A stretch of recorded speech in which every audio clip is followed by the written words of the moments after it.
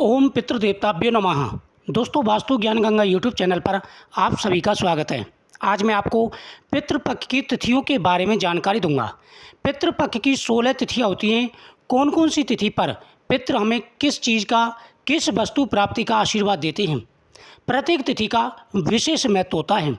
साल के ये 16 दिन बड़े ही पवित्र दिन होते हैं और हमारे पूर्वजों के, हमारे पितरों के ये 16 दिन हमें हर प्रकार का सुख और वैभव प्राप्त कराते हैं।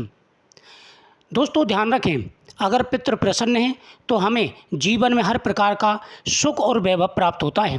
अगर पितृ नाराज हो गए तो जीवन में हमें कई प्रकार की मुसीबतों का सामना करना पड़ जाता है। इसलिए जितना संभव हो सके पितरों को प्रसन्न करना है। प्रतिपदा पूर्णमासी से लेकर के अमावस्या तक प्रतिदिन पितरों के नाम से जल देना है। ओम पितृदेवताभ्यो तर्पयन्ताम ऐसा कहकर के पितरों की तस्वीर के फोटो के सामने बैठ कर के आप पितरों की दक्षिण की तरफ मुख करके आप उनको जल दें, या फिर पीपल वृक्ष पर जा कर के एक लोटे में काले तिल और दूध, चावल, चीनी डाल कर के हाथ में कुशा या दुर्वादल लेकर के ओम पितृदेवताभ्यो नमः ऐसा कहकर के पीपल वृक्ष पर पितरों के नाम से जल चढ़ाना चाहिए। पितृपक्ष में 16 दिन पीपल पर जल चढ़ाना चाहिए।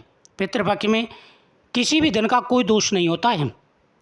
दोस्तों, पितृपक्ष में प्रतिदिन पितरों के नाम से दीपक भी जलाना चाहिए।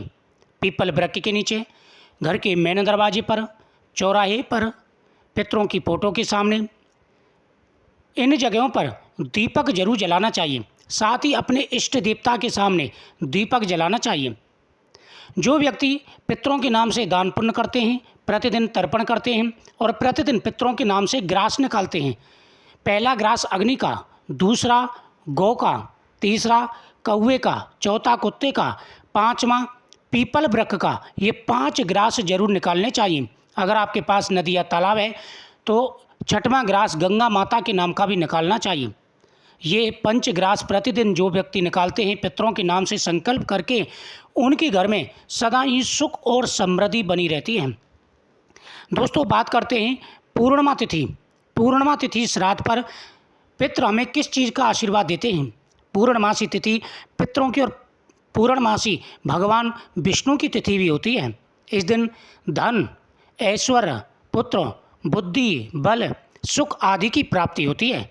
पूर्णिमा तिथि पर हम पितरों का श्राद्ध करते हैं और साथ ही भगवान विष्णु का पूजन करते हैं, माता लक्ष्मी की पूजा करते हैं, तो हमें ये 5 सुख प्राप्त होते हैं। धन, ऐश्वर्य, पुत्र, बुद्धि, बल, सुख आदि की प्राप्ति होती है। पितृ प्रसन्न होकर के हमारी प्रत्येक मनोकामना पूरी करते हैं। प्रतिपदा तिथि अक्षय धन और संपत्ति मिलती है। प्रतिपदा तिथि को पितरों की पूजा करने से अक्षय धन यानी भरपूर धन मिलता है। अक्षय धन जिसका कभी अंत ना हो, और संपत्ति मिलती है। द्वितीया तिथि पर सुख सुविधाएं, ऐश्वर्य आदि की प्राप्ति होती है। तृतीया तिथि अक्षय धन प्राप्त होगा, दुखों से मुक्ति मिलती है और दुश्मनों पर विजय की प्राप्ति होती है। तृतीया तिथि पर श्राद्ध करने से पितृ प्रसन्न होकर के हमें धन प्राप्ति का, सुखों का और दुश्मनों पर विजय प्राप्ति का वरदान देते हैं।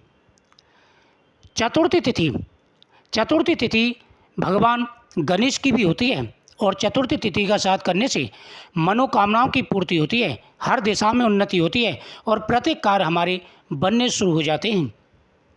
पंचमी तिथि को माता लक्ष्मी की तिथि भी माना जाता है। अपूर्व धन मिलता है, संपत्ति मिलती है, निर्धन धनी हो जाता है और अंत में स्वर्गलोक की प्राप्ति होती है। पंचमी तिथि बेहद ही महत्वपूर्ण मानी जाती है। षष्ठी तिथि, इस दिन पूजा स्वीकार होती है और देव प्रसन्न हो जाते हैं। सप्तमी तिथि यज्ञ के समान पुण्य मिलता है। जितना पुण्य यज्ञ करने से प्राप्त होता है, उतना अगर इस दिन पितरों को तर्पण दिया जाए, पिंडदान दिया जाए, तो सभी मनोकामनाएं पूरी हो जाती हैं। हर प्रकार की मनोकामना पूरी हो जाती है। अष्टमी तिथि सुख और समृद्धि के साथ सिद्धियां प्राप्त होती हैं। इस दिन पितृ प्रसन्न होकर के सुख और समृद्धि के साथ सिद्धियों की प्राप्ति का वरदान देते हैं। व्यक्ति की सभी मनोकामनाएं पूरी हो जाती हैं। नवमी तिथि मनवांछित जीवन साथी की प्राप्ति होती है। इस तिथि पर श्राद्ध करने से, देव पूजन करने से व्यक्ति की सभी मनोकामनाएं पूरी हो जाती हैं। एकादशी की तिथि, इस दिन श्राद्ध करने से धन की प्राप्ति होती है, जिसका क्षय नहीं होता वह स्थिर रहता है। सदा ही माता लक्ष्मी उस घर में निवेश करती हैं और हर प्रकार के सुख और सुविधाएं प्रदान करती हैं। उनके घर में कभी भी धन का क्षय नहीं होता, सदा ही धन बढ़ता ही रहता है। बिजनेस अच्छा चलता है, व्यापार में उन्नति मिलती है, नौकरी में प्रमोशन मिलता है, घर में शांति रहती है। द्वादशी तिथि भरपूर धन की प्राप्ति होती है, साथ ही अन्य धन से घर के भंडार भरे रहते हैं। त्रयोदशी तिथि उत्तम संतान बुद्धि और लंबी आयु की प्राप्ति होती है। इस दिन पितृ प्रसन्न होकर के यह वरदान देते हैं। चतुर्थी तिथि असमय अकाल मृत्यु से बचाव होता है और पितृ दोष शांत होता है, पितृ प्रसन्न हो जाते हैं। अमावस्या तिथि इस दिन पितृ हर प्रकार का सुख और वैभव प्राप्ति का वरदान देते हैं।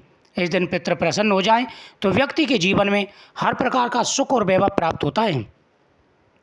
जो व्यक्ति श्राद्ध पक्ष में प्रतिदिन पितरों के नाम से दान पुण्य करते हैं, उनकी हर मनोकामना पूरी हो जाती है और इन दिनों में शुभ कार्य करना वर्जित माना जाता है। साथ ही जो व्यक्ति पितरों को भोग लगा करके उस प्रसाद को प्रतिदिन खाते हैं, उनके ऊपर पितरों की सदा ही कृपा बनी रहती है। पितृपक्ष में जितना हो सके उतना दान पुण्य अवश्य करना चाहिए। पितृपक्ष में भूल से भी घर के अंदर कोई भी तामसिक चीज़ नहीं बननी चाहिए। कोई कितना भी लहसुन प्याज मीट मांस खाने वाला हो, उससे साफ मना कर दो। घर में कोई भी इन चीज़ों का प्रयोग ना करें।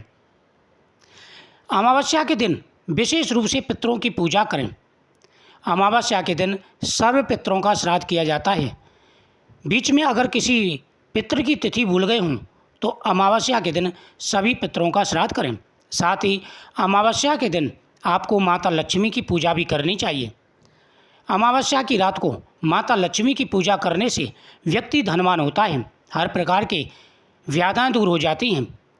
अमावस्या की रात को काली रात भी कहा जाता है। अगर इस रात को माता लक्ष्मी की पूजा की जाए तो माता लक्ष्मी जी घर में प्रवेश करती हैं, धन के भंडार भर देती हैं, हर प्रकार की सुख सुविधाएं प्राप्त हो जाती हैं।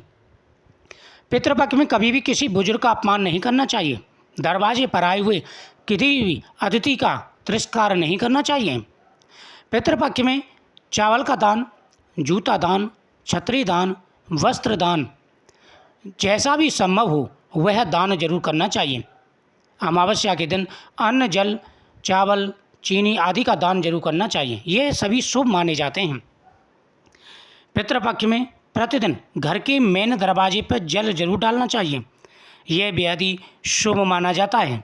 कहते हैं कि इससे पितृ प्रसन्न हो जाते हैं। प्रतिदिन तुलसी माता के सामने दीपक जला करके परिक्रमा जरूर करनी चाहिए, इससे तुलसी माता प्रसन्न हो जाती हैं और घर में सुख और समृद्धि का वास होता है। जिसके घर में तुलसी माता जी सूख जाती हैं उस घर में बहुत बड़ा दोष माना जाता है। अगर आप बार बार तुलसी का पौधा लगाते हैं और वो सूख जाता है तो आपको सावधान हो जाना चाहिए। वास्तुशास्त्र के हिसाब से भी कहा जाता है कि जिस घर में पौधे सूख जाते हैं उस घर में बहुत बड़ा वास्तु दोष होता है। घर के मेन दरवाजे पर भी विशेष रूप से ध्यान रखना चाहिए। स्वास्थ्य चिन्ह आदि काट करके रखना चाहिए। दोस्तों, मुझे उम्मीद है आपको ये जानकारी बहुत ही अच्छी लगी होगी। तो पितृपक्ष में आपके खुशियों से ज़िंदगी भर जाएगी। दीपदान जितना हो सके उतना आपको करना है। वीडियो को शेयर करें, चैनल को सब्सक्राइब करें। ओम पितृदेवताभ्यो नमः।